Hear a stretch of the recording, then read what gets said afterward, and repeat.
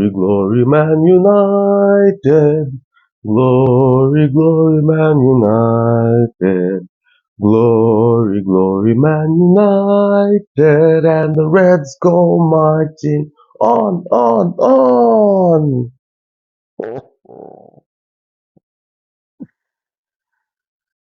Oh my goodness me.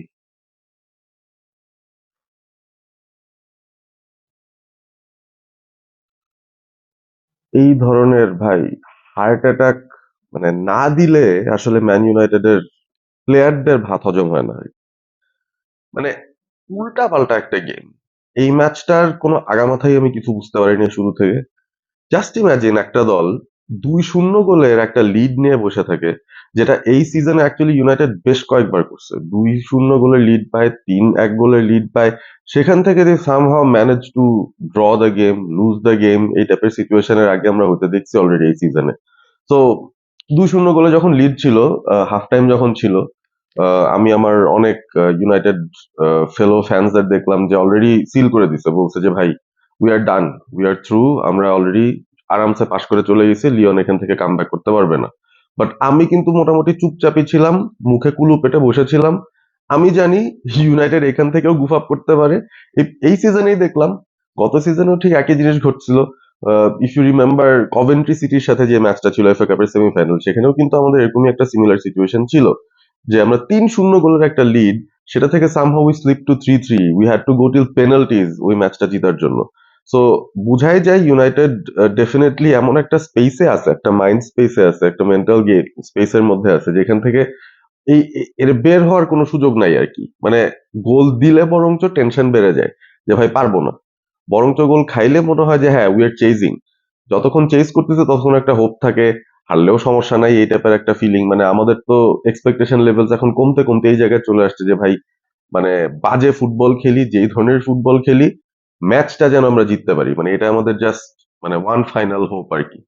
But what a night of football, মানে honestly speaking European ফুটবলের এই ধরনের রাতগুলা সারা রাত জাগার পরেও কিন্তু আসলে এনার্জিটা থেকে যায়।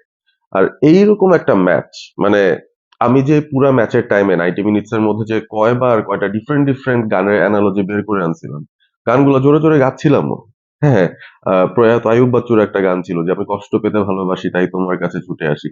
মানে ২-০ গোলের লিডের পর যখন ২-১ হয়, যখন ২-২ হয়, তখনও কিন্তু আমার মনে হচ্ছিল যে আচ্ছা ফাইন, মানে let's go to extra time.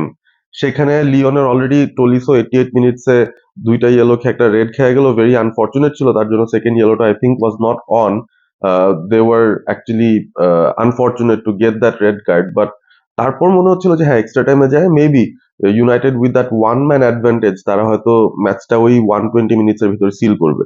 Seal তো করে ফেলছে শেষ পর্যন্ত 120 মিনিটসেই, বাট এতটা ড্রামাটিক হওয়ার মানে কোনো দরকার থাকে না আরকি। মানে we can make things simple, but আমরা করতে পারি না জিনিসটা। মানুষ ভাত খায় এমনে, আমরা ভাত খাই এমনে। এই যে এমনে। মানে আনবিলিভেবল। বাট যাই হোক, দিন শেষে you know I feel good for the manager Ruben Amorim. কারণ তার যে এফোর্ট, তার যে চিন্তা ভাবনা, তার যেই কষ্টটা, এই কষ্টের কোনো রেজাল্ট আসতেছিল না। লিগে তো আমরা একেবারেই মানে টাহা বাজে বাজে একটা সিচুয়েশনে। তো এই জায়গা থেকে তো বের হওয়ার কোনো অপশন নাই। আমরা জানি যে লিগটা আমাদের জন্য কিচ্ছু না। এফএ কাপ, কারাবাও কাপও কিচ্ছু নাই। সো সাকসেস পাওয়ার একটাই জায়গা বাকি, সেটা হচ্ছে এটা, দ্য ইউরোপা লিগ। এই লিগটা যদি জিততে পারি, ইউরোপার কম্পিটিশনটা জিততে পারলে একটা ট্রফি, সেই সাথে we get to play Champions League next season. আর সবচাইতে বড় ইম্পর্টেন্ট যে বিষয়টা আসলে, I am maybe stepping a few steps ahead. আমরা মাত্র সেমিফাইনালে উঠলাম, আরো ৩টা ম্যাচ বাকি। সেমিফাইনাল আবার athletic Bilbao. That will be a massive task আমার মনে হয়। মানে এই ধরনের ফুটবল খেলে আমরা বিলবাওয়ের সাথে পারবো না ফর শিওর।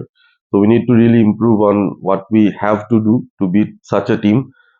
ওইটা বাদ দেই, মানে মূল কথা হচ্ছে যে ভাই ৯০ মিলিয়ন আমাদের হাতে আসবে যদি আমরা ইউরোপাটা জিততে পারি, যেটা আমাদের আগামী সামার ট্রান্সফার উইন্ডোতে খুব বেশি ভালোভাবে কাজে লাগবে। তো এই বিষয়গুলোই কিন্তু ইউনাইটেডের জন্য খুব ইম্পর্টেন্ট। মানে যেহেতু লিগেও কিছু নাই, the only way for us আমাদের এই এত মানে জঘন্য একটা সিজনকে স্যালভেজ করে, সেটা হচ্ছে ইউরোপা লিগ থেকে যদি কিছু পাই আমরা। তো আমি জানি না আসলে সেমিফাইনালে কি হবে, ফাইনালে কি হবে। প্রত্যেক ম্যাচেই তো এই ধরনের এক্সাইটমেন্ট নিয়ে বসি। লিড পাইলেও টেনশনে থাকি, পিছে থাকলেও মেজাজ খারাপ লাগে। I really don't know what to feel মানে ইউনাইটেডের ম্যাচগুলো যখন দেখি। বাট রাইট নাও মানে I am very happy, absolutely ecstatic. মানে একটা উইন দরকার ছিল, উইনটা পেয়ে গেলাম। ড্রামাটিক উইন দরকার ছিল একটু, ইউনো ওই সিচুয়েশন গুলো ফেস টেস করে we somehow one the game. ভাইরে ভাই, what a game, what a game. And absolutely, Harry Maguire এক্কেবারে। আমি কিন্তু ম্যাচ শুরুর আগেই আমার পেজে বলছিলাম যে হ্যারি ম্যাগুয়ার মেবি উইনিং গোলটা দিতে পারে আজকে, বিকজ রিসেন্ট টাইমের যে প্যাটার্ন যদি আমরা দেখি, এখানে কিন্তু ইউনাইটেড সবসময় দেখা যায় যে সেট পিস থেকে, হেডার থেকে, ক্রস থেকে, সেসব জায়গা থেকে গোলগুলা পায়। সো আই ওয়াজ এক্সপেক্টিং যে এই ধরনের একটা সিচুয়েশনে লিওনকে আমরা আবারও একটু পেইন দিতে পারবো, যেটা ফার্স্ট লেগেও আমরা মানে দিতে পারছিলাম।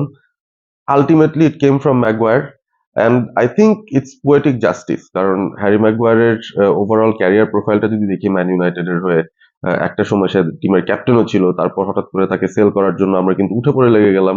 Obviously his performances were bad, এবং তার টাইপের প্রোফাইলের একজন প্লেয়ার ইউনাইটেড যে স্টাইলে খেলতে চায় সেটার সাথে আসলে যাবে কিনা সেটা নিয়ে আমাদের অনেক কোয়েশ্চেন ছিল। বাট তার যে আসলে একটা রেজিলিয়েন্স ফ্যাক্টর থাকে আর কি, ওই ফ্যাক্টরটাকে কিন্তু কেউ ডিসকাউন্ট করতে পারবে না বা কেউ ডিনাই করতে পারবে না।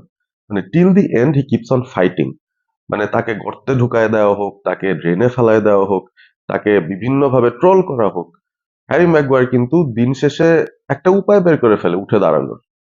মানে এই বিষয়টাতে কিন্তু কোনো মানে ডিনাই না করার কিছু নাই। সো ওই অ্যাটিটিউডটার জন্য I really appreciate Harry Maguire. Specially recent টাইমসে আমার এই অ্যাপ্রিসিয়েশনটা আসলে ডেভেলপ করতেছে আরো বেশি, স্পেশালি এই সিজনে যদি বলি।